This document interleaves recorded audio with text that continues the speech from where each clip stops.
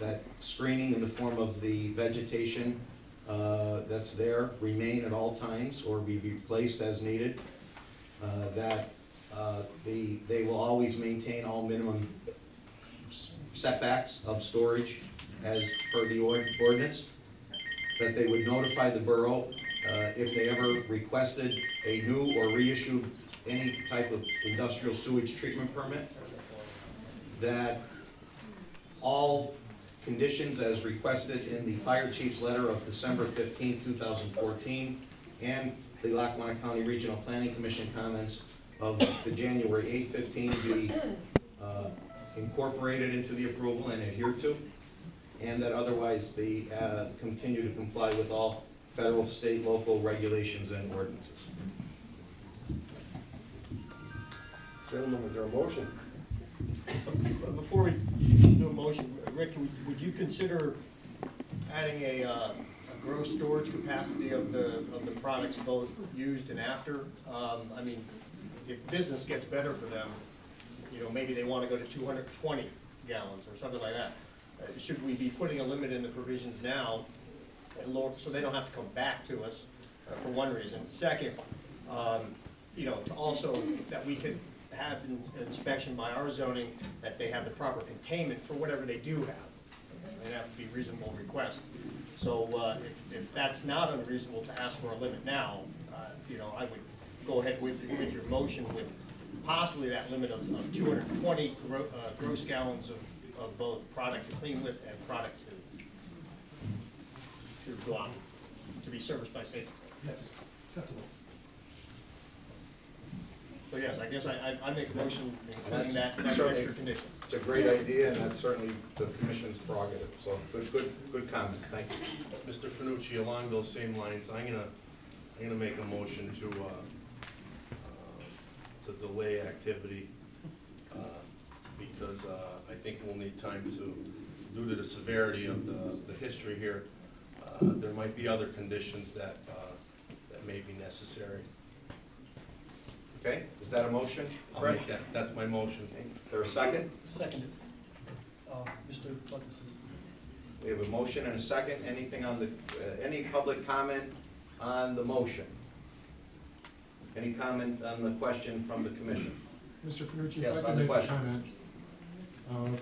We have been on target to theoretically get a building started once spring came. There was a mix-up getting the plans to the planning commission. We had delivered them to the county. We assumed they were going to be delivered here. They weren't delivered here. We came to a meeting last month that was changed, and weren't able to discuss it. We are really running into a time problem. If you could accommodate us, we would appreciate it. Next month I won't be here. I have a standing engagement in Gubbio, but if we could do it tonight with whatever reasonable conditions you would put on it, we'd appreciate it. Well, gentlemen, on that, I can tell you that the borough received, we're only receipt of this, Steve, I want to say February 25th. The first time that it could possibly have been addressed, which was after the date of the February Planning Commission meeting, so the first time it could have possibly been addressed was at the March meeting. And I totally understand that Mr. Giancopoulos, am I right? Yeah, thank you, was present, although he, due to my own error, he was not notified that the meeting time had been moved up.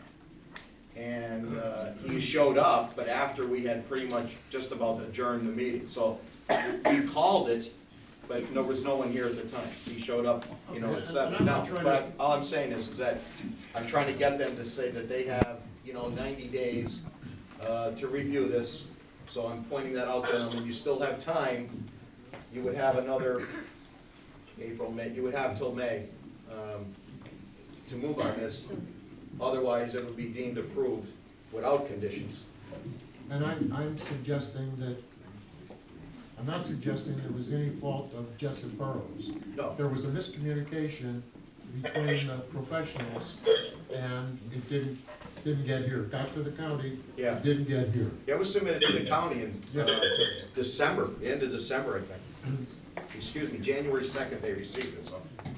We have a lead time on a building of 4 to 5 weeks. After we put the order in, we can't put the order in until we have the approvals. So, a delay is really going to stress my client, and any consideration you can give them would be greatly appreciated. Gentlemen, anything else on the question? So we have a motion, we have a second. Mr. Chairman, appropriate to put that to a vote. Mr. Guida? Yes. Excuse me, I didn't hear you. Yes. Mr. Espo? Mr. Gritty's motion or to Mr. Glucks's motion? Mr. Glucks's Mr. motion. Glucks's motion. Yes. Mr. Glucksness? Yes. Mr. Wasilchak? Junior? Yes. Mr. Senior? Yes. Dominic? Yes. I gotta lower that, I'm sorry. That everybody? Yes. All right, so, gentlemen, we understand your plight, but I think the commission's gonna be more comfortable holding off until they will have to vote by May. And at that time, unless there's something new that would come into play, I think it's maybe just a matter of continuing to review this and think, and I mean, that's their call. Okay, we Okay. believe we've met all of the requirements. We're willing to make any reasonable concessions. We would just like to get going on with business. Thank you, gentlemen, for your time. Thank you. Thank you.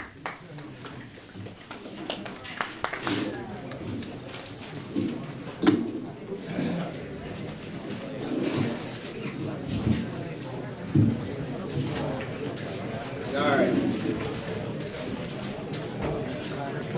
May I?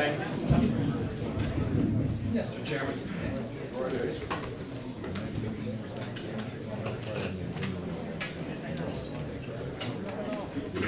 Okay, folks, just a little preview of how we're gonna handle things tonight with this. This is, tonight, the commission is only addressing the application / request of Invenergy for a curative amendment to the zoning ordinance, as requested in the application. Now, you're all aware, I think, that they still have their land development plan pending, and that's kind of been put on hold by the planning commission, pending, I believe, the outcome of this issue. We were given an extension on the review of the land development by Invenergy until May 25th. Am I right, Attorney Wilson? Was it May 25th, Attorney Wilson? I think so. The end of May? I'll check the date, but let's say. That sounds right. Something in that range, so. So tonight, they're just looking at the curative amendment, and that's gonna be the only issue. Now, as everyone's likely aware, this is on a route toward council. Council is scheduled, and it's already been advertised once. It'll be advertised again in tomorrow's paper, of a public hearing on April 27th, because ultimately the decision to grant or not grant the curative amendment request is up to council. This body is a recommending body only, just like the Lackawanna County Regional Planning Commission was a recommending body only. Council will later be able to accept or reject any or all any recommendations. So tonight we're going to continue our review. All members have been provided with a complete copy of the application and packet, and I presumably have been reviewing that for the past month, since we introduced it last month, and I gave an outline of what the curative amendment process was only at that time. So with that, I'm gonna actually turn things over now to the applicant to do their presentation to the commission. Now, after they're done, there's gonna be an opportunity, we're gonna allow, since there is a formulated opposition, who's represented by counsel, Attorney Don Miles is here tonight, representing some organized protesters, so we are going to permit him to... Concerned citizens. Folks, calm down now. The zoning ordinance refers to it as protesters, okay? I'm just using legalese, so I didn't mean to offend anybody, but that's what the ordinance says. So they're the law, so. But we will allow Attorney Miles to, he's asked for some time just basically give some argument, I believe, or some comment, or whatever. Once that's, and before that happens, the commission will be able to question and going to question, I hope, the applicant on their presentation and any legal questions they can ask of me, and there'll be some back and forth. There will be no participation of the public during this time. However, after Attorney Miles goes, we will open it up for public comment before any official action is going. I will have further rules regarding the public comment. We would ask that all of you please remain patient and please remain as quiet as you can so everyone can hear, particularly Mr. Perini, who's via Skype. So if you can just try to be calm and be patient, we really would ask that you not, we really don't want to tolerate any shout-outs, any yell-outs. I understand it's emotional, but please, folks, we need to do this in a civilized manner. We need to get through this. This is business. So. All right, thank you. Mr. Attorney Wilson.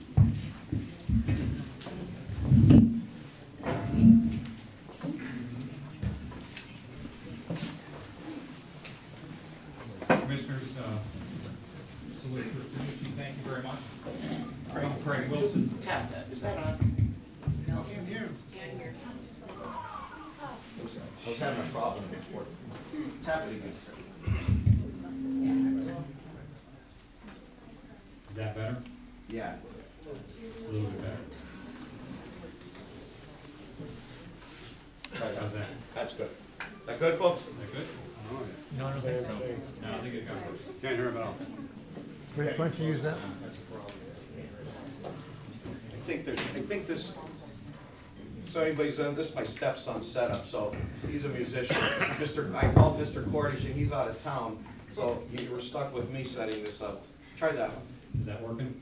Yeah, this one isn't as loud. Get closer, get closer. Okay, A lot closer, and I think it's louder. good. Thank you. I'm Craig Wilson with Kano Gates here on behalf of Invenergy, and Dan Ewan with Invenergy is here as well this evening. The application for curative amendment that we submitted, I think, is quite comprehensive, so I won't be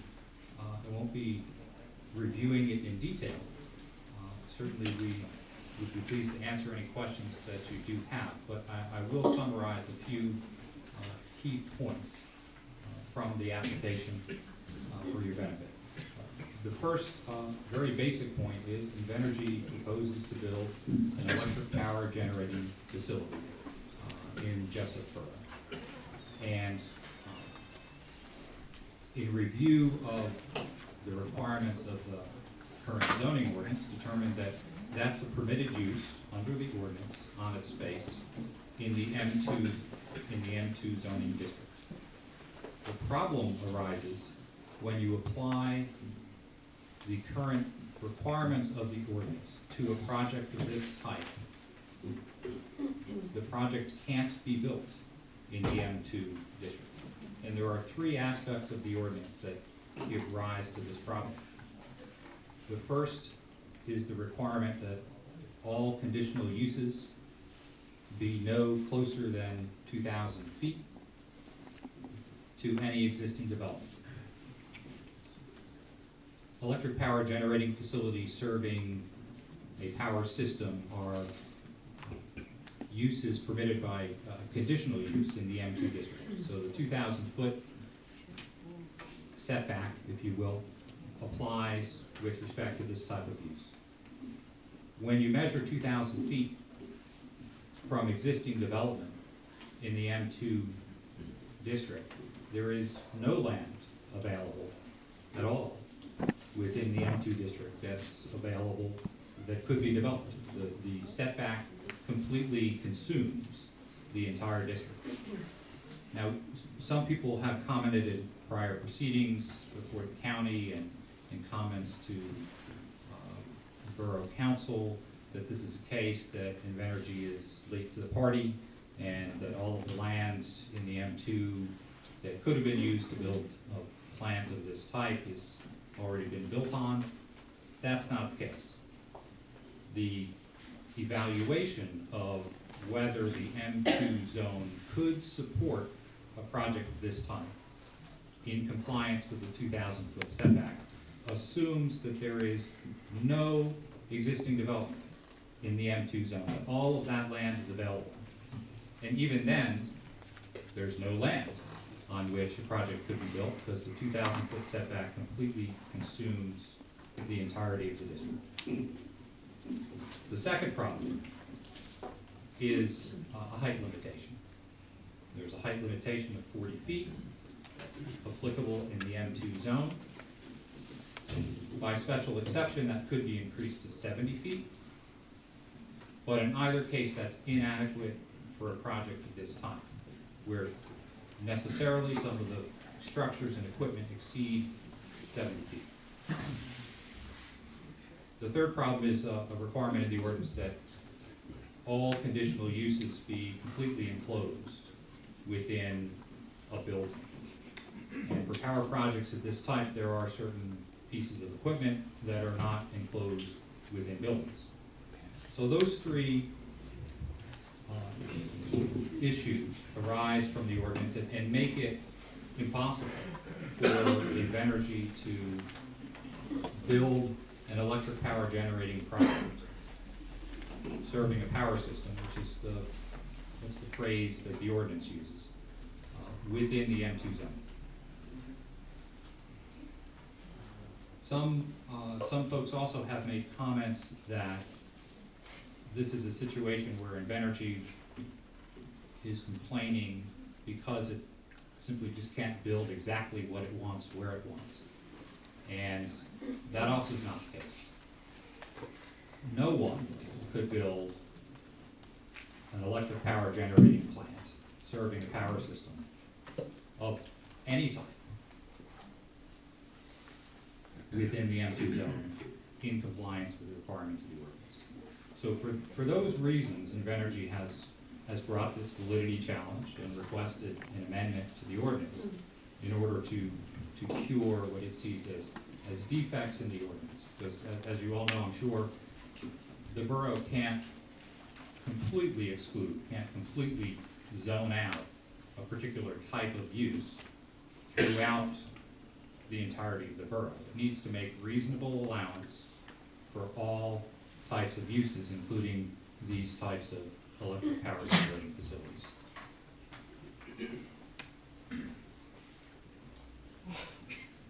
There's also been comment that Invenergy should simply pursue a variance and build in the M2 zone, pursue a variance from the 2,000-foot setback requirement. We don't believe that would be appropriate or the most suitable course. In essence, that comment suggests that Invenergy should bring this use much closer to residential uses that now exist within the borough. It's our view that that doesn't make a lot of practical sense. What does make sense is to amend the ordinance to allow the development of the project and projects of its type within the M1A zone. The M1A zone already allows comparable uses, such as large-scale manufacturing. That's a permitted use by right in the M1A zone. Storage of gas is also allowed, as is manufacture of products from raw materials. These are all in the ordinance now, uses that are compatible with the type of use that Invenergy is proposing. In addition, there's ample space in the M1A zone. The Invenergy project could be built in compliance with the 2,000-foot setback from its existing development on the property that Invenergy has identified.